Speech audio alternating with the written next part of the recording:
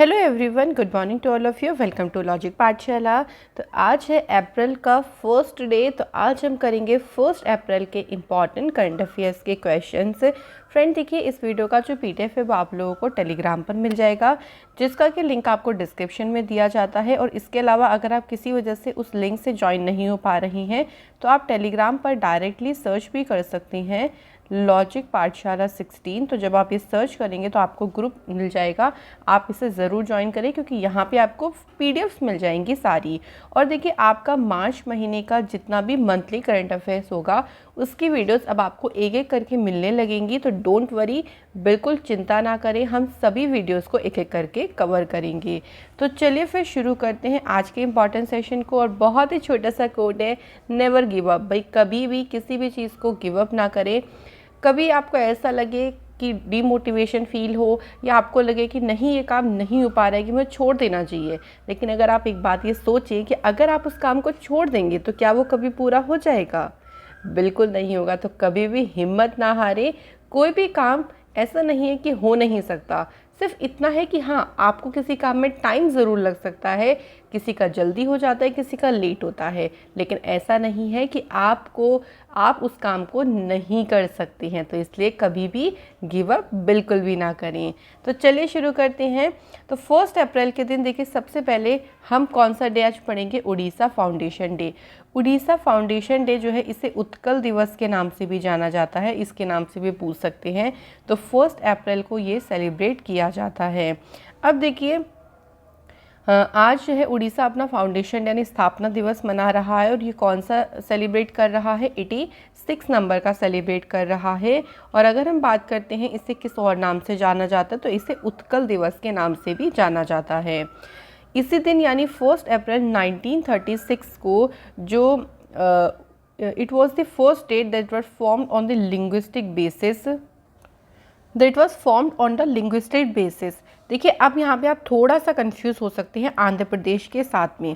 देखिए, आंध्र प्रदेश की अगर हम बात करते हैं तो पोस्ट इंडिपेंडेंस यानी जब हमारा देश आज़ाद हो गया था उसके बाद जो है वो आंध्र प्रदेश बना था पहला स्टेट, जो कि भाषाई आधार यानी लिंग्विस्टिक बेसिस पर क्रिएट किया गया था। कब? 1953 में। तो ये आपको ध्यान रखना है। लेकिन अगर हम बात करते हैं उड़ीसा की, तो 1936 में ही ये जो राज्य है वो बिहार राज्य से अलग हुआ था, क्योंकि इससे पहले ये क्या बिहार का ही पार्ट था। और 1 अप्रैल 1936 को ये पहला इंडिपेंडेंट स्टेट बना था, जो कि लैंग्वेज बेसिस के आधार पर इसका गठन किया गया था। काफ़ी स्ट्रगल के बाद देखिए जो उड़ीसा है ये अलग राज्य जो है ये बना था। तो इसके बारे में थोड़ा सा आप लोग ध्यान रखिएगा और इसमें कंफ्यूज मत होइएगा बिल्कुल भी। चलिए अब पहला क्वेश्चन देख लेते हैं। विच of the following country has hosted the 5th BIMSTEC summit? कौन सा देश है जो कि 5वां बिम्स्टेक शिखर सम्मेलन की जिसने मेजबानी की है? तो राइट आंसर हो जाएगा, देखिए Sri Lanka is the right answer. तो देखिए, मैं अगर आपको थोड़ा सा रिवाइज कराऊं तो इससे पहले देखिए जो 4th कॉन्फ्रेंस हुई थी ना, जो ये 4th समिट हुआ था बिम्स्टेक का, ये हुआ था नेपाल की कैपिटल काठमांडू में। और कब हुआ था? 2018 में हुआ था। देखो, पहला एक तो लास्ट ईयर का ध्यान रखो और एक पहला समिट ध्यान रखो। जो पहला समिट हुआ था ये 2004 में हुआ था। हुआ कहाँ पे था? तो ये हुआ था आपका बैंकॉक, थाईलैंड में हुआ था। तो ये कुछ बेसिक सी बातें हैं जिसके बारे में हमें थोड़ा सा एक्स्ट्रा इन्फॉर्मेशन भी होनी चाहिए। अब एक क्वेश्चन ये भी बन सकता है कि बिम्स्टेक जो ये समिट हुआ है ये होस्ट तो श्रीलंका ने किया, वर्चुअल मोड में इसे कराया गया, लेकिन भारत की तरफ से इसे अटेंड किसने किया है? तो आपका आंसर हो जाएगा प्राइम मिनिस्टर नरेंद्र मोदी जी ने इसे भारत की तरफ से अटेंड किया है। और इस समिट की थीम रखी गई towards a resilient region, prosperous economies, healthy people. तो ये समिट की थीम रखी गई है। अब थोड़ी सी बात हम थोड़ा बिम्स्टेक के ऊपर चलते हैं, क्योंकि यहाँ से क्वेश्चन बनने के चांसेस होते हैं। आपके स्टैटिक जीके के पोर्शन से अच्छा टॉपिक है। फर्स्ट ऑफ ऑल, बिम्स्टेक की full form Bay of Bengal initiative for multi sectoral technical and economic cooperation. देखिए, बिम्स्टेक की जब शुरुआत हुई थी ना, तब इसको बिम्स्टेक नहीं कहा जाता था। उस टाइम पे सिर्फ और सिर्फ इसमें 4 ही कंट्रीज ऐड थी, Bangladesh, India, Sri Lanka and Thailand. तो इसको बोलते थे बिस्टेक, BISTEC। ठीक है, तो शुरुआत में जब इसकी फॉर्मेशन हुई तब इसमें सिर्फ और सिर्फ कितने मेंबर स्टेट थे, 4 मेंबर स्टेट थे, ये हमें ध्यान रखना है। इसके अलावा देखिए इसके बाद इसमें देखो म्यांमार ऐड हुआ 1997 में, वेरी इंपॉर्टेंट कि कब बिम्स्टेक में म्यांमार शामिल हुआ, तो आपका आंसर हो जाएगा 1997 में। तब इसमें देखिए एम और ऐड हो गया तो ये बिम्स्टेक हो गया, ठीक है। अभी भी ये कंप्लीट नहीं हुआ है। इसके बाद देखिए the name of organisation was changed, फिर से ऑर्गेनाइजेशन का नाम चेंज हुआ और क्या हुआ देखिए बिम्स्टेक इन 2004 जब इसमें नेपाल और भूटान ज्वाइन हुआ। तो 2004 में जब नेपाल और भूटान ने भी इसे ज्वाइन कर लिया तब इसका नाम पड़ा गया बिम्स्टेक पड़ा, ठीक है।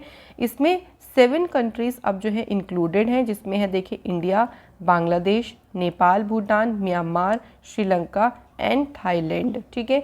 और इसकी स्थापना हुई 6 जून 1997 में। तो थोड़ा सा हमें ईयर वाइज भी ध्यान रखना है कि कौन से ईयर में कौन सी कंट्री ऐड हुई है, क्योंकि यहाँ से क्वेश्चन आपके डायरेक्टली ही एग्ज़ाम में पूछ लेते हैं। अगले क्वेश्चन पे बढ़ते हैं। Which edition of Indian Ocean naval symposium maritime exercise 2022 was held. अभी देखिए हाल ही में जो ये मैरीटाइम एक्सरसाइज हुई है ना, इसका कौन सा एडिशन हुआ है, तो आपका आंसर हो जाएगा ये इसका पहला ही एडिशन हुआ है। और कहाँ पे इसको कराया गया, तो ये हुआ गोवा में और अरेबियन सी में ये कंडक्ट कराया गया है। ये जो एक्सरसाइज की गई है इसका मेन उद्देश्य ये है कि ह्यूमैनिटेरियन असिस्टेंस यानी मानवीय सहायता और आपदा राहत जो ऑपरेशंस होती हैं उनमें जितने भी सदस्य देश हैं उनकी नेवीज़ के बीच में इंटरऑपरेबिलिटी को एनहेंस करना, ज़्यादा से ज़्यादा क्रियाशीलता को बढ़ाना, ये इसका उद्देश्य था। टोटल 25 मेंबर नेशंस है जिसमें से 15 की नेवीज़ ने इस एक्सरसाइज में पार्टिसिपेट किया। तो ये कुछ हमें पॉइंट यहाँ से ध्यान रखती हैं। अब एक्सरसाइज की बात ही आती है तो चलिए फिर एक क्विक रिवीजन कर लेते हैं एक्सरसाइज का। तो सबसे पहले देखिए हमारे पास कौन सा है, the United States military and the military of Philippines, हाल ही में इनके बीच में एक्सरसाइज हुई है जिसका नाम है बलिकतान 2022। इसके अलावा देखिए 9th जॉइंट मिलिट्री एक्सरसाइज जिसका नाम है लेमितिए, ये किस किस के बीच में हुई है, तो ये इंडियन आर्मी और सेशल्स की आर्मी के बीच में और उसको सेशल्स में ही कराया गया। नेक्स्ट हमारी है स्लीनेक्स जो कि हुई है इंडिया और श्रीलंका के बीच में 9th एडिशन और कहाँ पे हुई है, विशाखापट्टनम में हुई है। तो फ्रेंड एक्सरसाइज से आपका एक ना एक क्वेश्चन तो डेफिनेटली पूछा जाएगा, तो आप इन सभी को ज़रूर याद करें। अगला क्वेश्चन है हमारा, who has launched the new website of department of justice. तो डिपार्टमेंट ऑफ जस्टिस की नई वेबसाइट को किसने लॉन्च किया है, तो भाई आप सभी को पता है कि जो लॉ मिनिस्टर है हमारी वो कौन है, किरण रिजिजू है। तो इनके द्वारा ही इस नई वेबसाइट को लॉन्च किया गया है।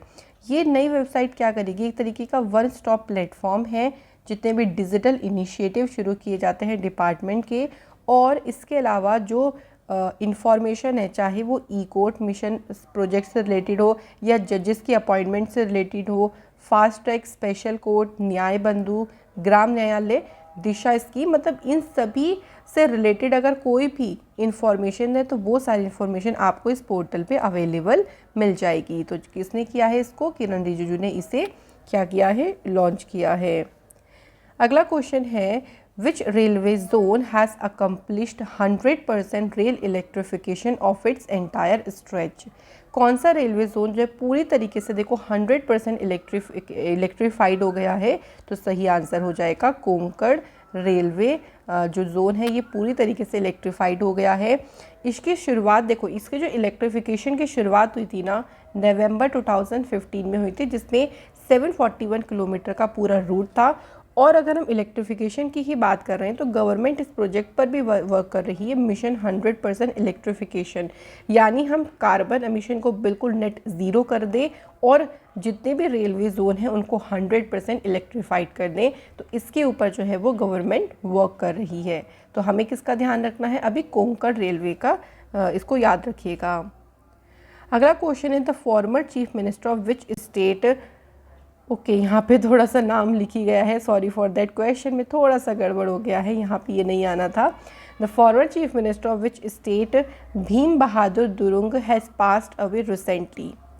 तो ये कौन से राज्य के पूर्व मुख्यमंत्री थे जिनका भी हाल ही में निधन हुआ है? तो आपका आंसर हो जाएगा सिक्किम। चलो आपने आंसर तो देख लिया, ये हमें बताएं कि कौन से नंबर के चीफ मिनिस्टर थे। बिल्कुल आपको ध्यान रखना है कि सिक्किम के तीसरे नंबर के चीफ मिनिस्टर थे और ये सबसे शॉर्टेस्ट टर्म पे भी इन्होंने काम किया है। सिक्किम की हिस्ट्री में सबसे छोटा कार्यकाल भी इन्हीं का ही रहा है। आप देख सकते हैं 11 मई से लेकर 24 मई, यानी सिर्फ और सिर्फ 13 दिन का इनका कार्यकाल रहा, जो कि सबसे शॉर्टेस्ट पीरियड ऑफ टाइम है। ओके, अगर हम बात करते हैं भीम बहादुर दुरुंग जी की, तो इन्होंने अपना पॉलिटिकल करियर सिक्किम राज्य कांग्रेस पार्टी 1947 से शुरू किया था। इसके बाद ये यहाँ के जनरल सेक्रेटरी भी अपॉइंट किए गए 1958 में। तो याद रखिएगा, जो भी फेमस पर्सनालिटी अभी हाल ही में अगर उनका निधन हुआ है तो वो आपके एग्ज़ाम पॉइंट ऑफ व्यू से काफ़ी इम्पॉर्टेंट होता है। अगला क्वेश्चन है हमारा, देखिए, विच स्टेट और UT has launched my government the robust citizen engagement platform. ये जो प्लेटफॉर्म है अभी हाल ही में इसे जम्मू कश्मीर यूनियन टेरिटरी के द्वारा इसे लॉन्च किया गया है। देखिए, my government Jammu Kashmir is the 16th MyGov instance and first ever MyGov for any union territory, मतलब पहली ऐसी ये यूनियन टेरिटरी है जिसने इसको शुरू किया है।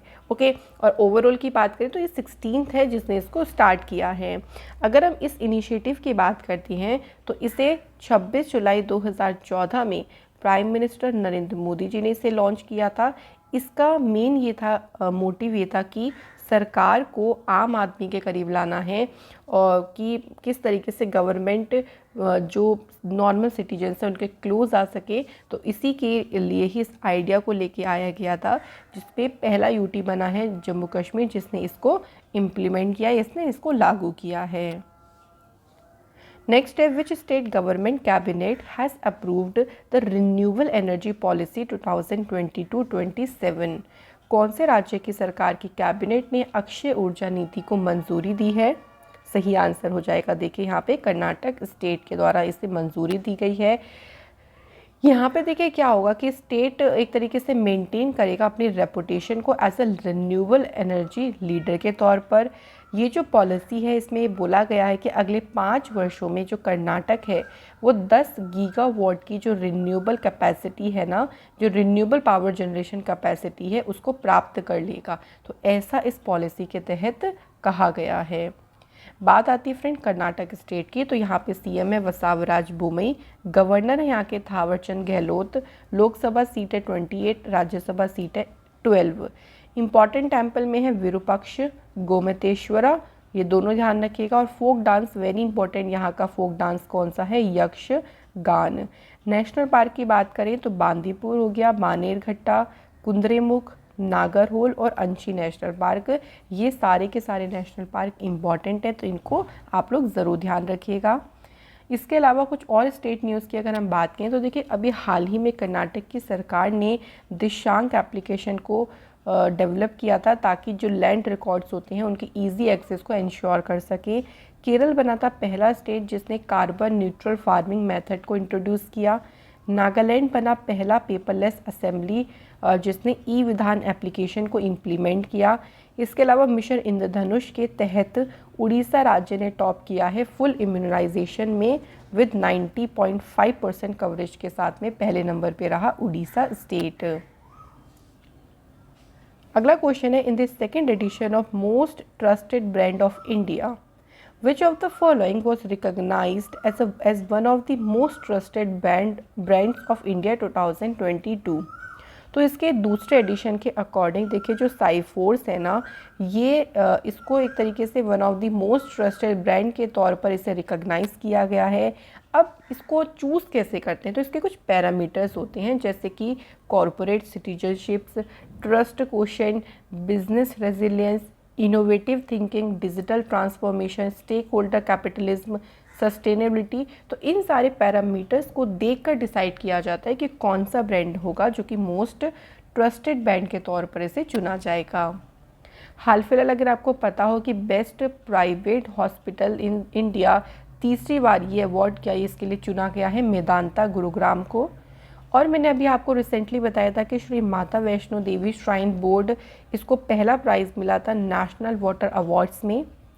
इंडिया की लीडिंग यूपीएस मैन्युफैक्चरिंग और सप्लायर कंपनी है न्यूमेरिक यूपीएस, जो कि मोस्ट ट्रस्टेड ब्रांड रहा इंडिया का, जो इसकी अभी रिसेंटली ये ब्रांड रहा था। और इसी के सेकंड एडिशन में बोला गया है कि जो साइफोर्स है ये है one of the most trusted brand of India.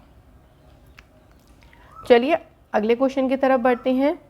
Next question है हमारा, विच of the following bagged the excellence in information technology award at the world innovation Congress held in Mumbai. देखिए इनमें से किसने मुंबई में आयोजित एक्सीलेंस इन इंफॉर्मेशन टेक्नोलॉजी जो ये अवार्ड है, ये अवार्ड इन्होंने जीता है? तो यहाँ पे राइट आंसर हो जाएगा एग्लोविड आईटी सॉल्यूशंस प्राइवेट लिमिटेड ने इस पुरस्कार को प्राप्त किया। ये इस अवार्ड का 14th एडिशन हुआ और इसमें देखिए world innovation Congress world innovation Congress के द्वारा रिकॉग्नाइज़ किए गए हैं इनोवेटिव थॉट लीडर्स को, और उनकी पहचान यहाँ पर इस तरीके का उनको जश्न इनको सेलिब्रेट किया गया। और अगर हम बात करें कि जो एग्लोविड आईटी सॉल्यूशन को ये जो अवार्ड मिला है किसने रिसीव किया, तो रौनक पटेल जो कि सीईओ हैं एग्लोविड आईटी सॉल्यूशंस के, उन्होंने इस अवार्ड को रिसीव किया है। अब फ्रेंड बात आती है अवार्ड्स की ही, तो चलिए कुछ और अवार्ड्स हम देख लेते हैं। जैसे अभी मीराबाई चानू जी को BBC India sports women of the year का अवार्ड दिया गया। नितिन गडकरी जी ने रिसीव किया 18th late Madhavrao Limaye award. Assam की गवर्नमेंट के द्वारा जो असम का हाईएस्ट सिविलियन ऑनर है असम वैभव अवार्ड, ये किसे दिया गया? रतन टाटा जी को। और ओलंपियन नीरज चोपड़ा जो हैं इन्हें परम विशिष्ट सेवा मेडल से सम्मानित किया गया है। तो फ्रेंड मैं आपको साथ ही साथ में देखिए क्वेश्चन से रिलेटेड एडिशनल बातें भी बताती चलती हूँ, ताकि आपके एग्ज़ाम में जो भी क्वेश्चन आए सभी को आप अटेंड कर सको बहुत आराम से और आपको सारे ही क्वेश्चन ईजिली याद रहें। नेक्स्ट क्वेश्चन है, who has been appointed as a non executive non independent director of Kashe. तो यहाँ पे देखिए राइट आंसर हो जाएगा नरेश कारिया, जो कि जो कैशे है ना इसके non executive non independent director पद के लिए अपॉइंट किए गए हैं। इससे पहले देखिए अगर बात करते हैं हम नरेश कारिया की, तो ये 7 सालों तक यानी 2018 तक 7 वर्षों से भी ज़्यादा समय आरबीएल बैंक में सीएफओ के रूप में इन्होंने काम किया है।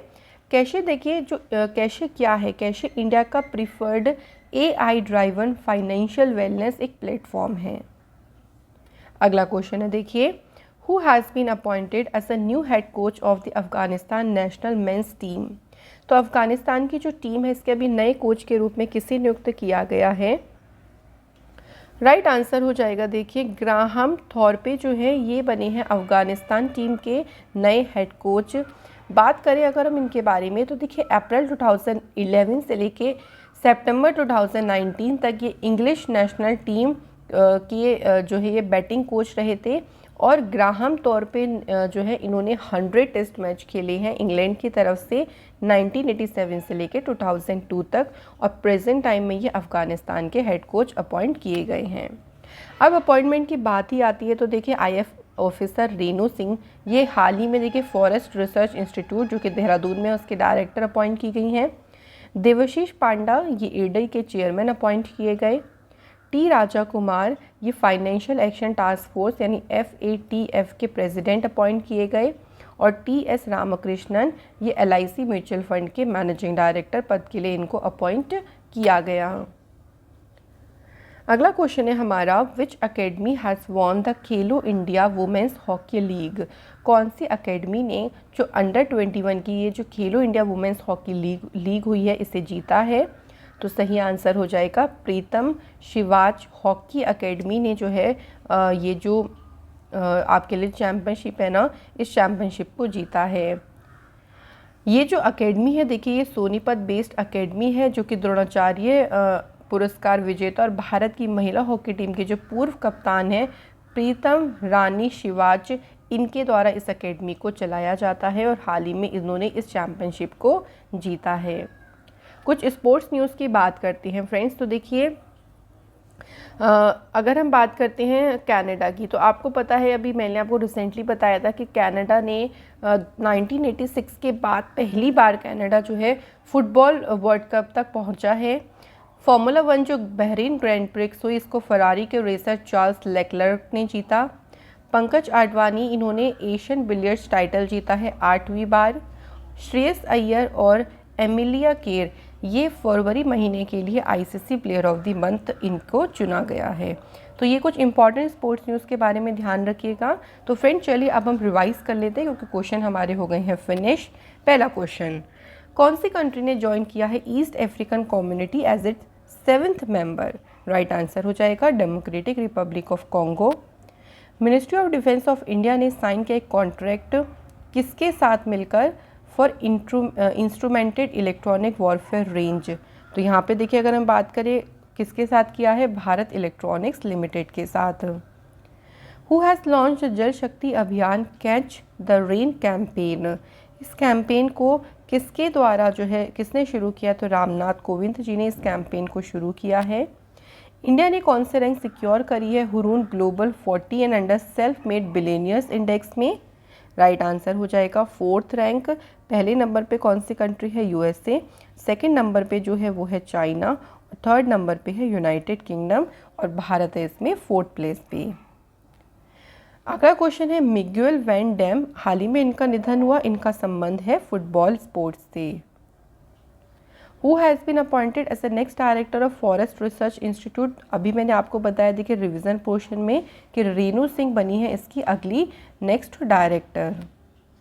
गिलबर्ट एफ होंगो, ये नेक्स्ट डायरेक्टर जनरल बने कौन सी ऑर्गेनाइजेशन के? तो सही आंसर हो जाएगा इंटरनेशनल लेबर ऑर्गेनाइजेशन।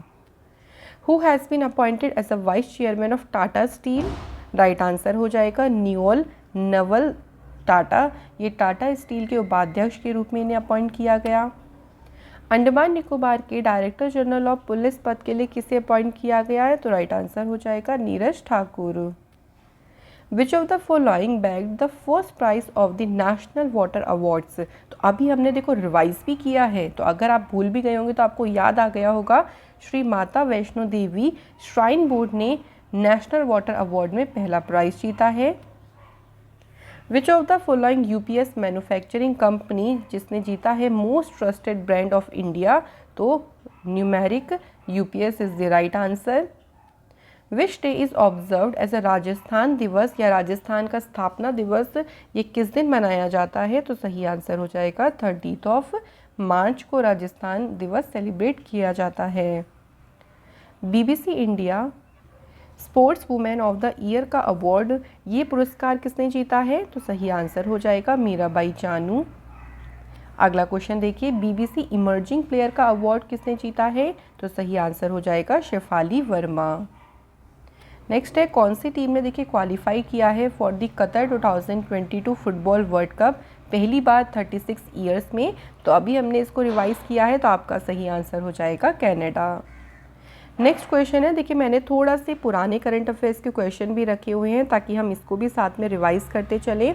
तो क्वेश्चन है which institution released the export preparedness index to rank all state and UTs on the basis of their export readiness and performance? तो इस इंडेक्स को नीति आयोग के द्वारा रिलीज़ किया गया। अगला है who among the following union minister जिन्होंने 17th meeting of national board of MSME को इनॉग्रेट किया? तो सही आंसर हो जाएगा श्री नारायण राणे। अगला question, who among the following जिन्होंने बिप्लोबी भारत गैलरी कोलकाता में इस गैलरी का इनॉग्रेशन किया? तो नरेंद्र मोदी जी ने इस गैलरी का इनॉग्रेशन किया है। अगला क्वेश्चन है, श्रीनगर में जो गल्फ कंट्रीज इन्वेस्टमेंट समिट हुई है इसे एड्रेस किसने किया है? तो सही आंसर हो जाएगा Manoj Sinha. Former chief justice of India RC Lahoti, हाल ही में देखिए इनका निधन हुआ, इन्हें किस वर्ष में national law day award receive हुआ था? तो हमें यहाँ ईयर बताना है, तो राइट आंसर हो जाएगा 2006। Which bank has announced its partnership with ICICI General Insurance Company to provide smartphone insurance? तो ये सही आंसर देखिए यहाँ पे हो जाएगा एयरटेल पेमेंट बैंक ने आईसीआईसी जनरल इंश्योरेंस कंपनी के साथ में ये पार्टनरशिप करी है। कौन से बैंक ने लॉन्च किया है एक को branded credit card Chennai super king के साथ में पार्टनरशिप करके? तो बैंक का नाम हो जाएगा आईसीआईसी बैंक। तो फ्रेंड ये थे हमारे सभी रिवीजन क्वेश्चंस। कल मैंने आप लोगों से पहला क्वेश्चन ये पूछा था कि सनलाइट मतलब जो सन से लाइट आती है उसको अर्थ तक पहुंचने में लगभग कितना टाइम लग जाता है, तो 8 मिनट 20 सेकेंड। सेकेंड था कि जुपिटर का सबसे जो लार्जेस्ट सैटेलाइट है वो कौन सा है, उसका नाम है गैनीमीड। ठीक है, तो ये हमें ध्यान रखना है। तो ये थे हमारे दोनों क्वेश्चंस। तो आप सभी ने बिल्कुल इनके सही आंसर दिए हैं। आज के कमेंट है हमारे Suresh Dhanav, tech point Sachin and Shashikant ये इसके। तो friend thank you so much comment करने के लिए। आज का पहला क्वेश्चन थोड़ा सा मैंने अलग क्वेश्चन लिए हैं। देखिए, Agnimitra who is the hero of Kalidas Malavikagnimitram. तो ये इसके हीरो थे। ये बताना है कि निम्नलिखित में से कौन सी डायनेस्टी के ये राजा थे, किस राजवंश के ये राजा थे अग्निमित्र। सेकंड क्वेश्चन हमारा है, देखिए, which Chola ruler was popularly called victor of the Gangas, यानी गंगा का विजेता इस नाम से कौन से चोल शासक है जिन्हें कहा जाता था। तो इन क्वेश्चंस के आंसर आप लोग मुझे कमेंट सेक्शन में ज़रूर बताइएगा। आई होप सो कि आज की वीडियो के सभी क्वेश्चन आपको अच्छे से क्लियरली समझ आ गए होंगे। टेलीग्राम ग्रुप को ज्वाइन करना बिल्कुल भी ना भूलें। Thank you so much for watching this video.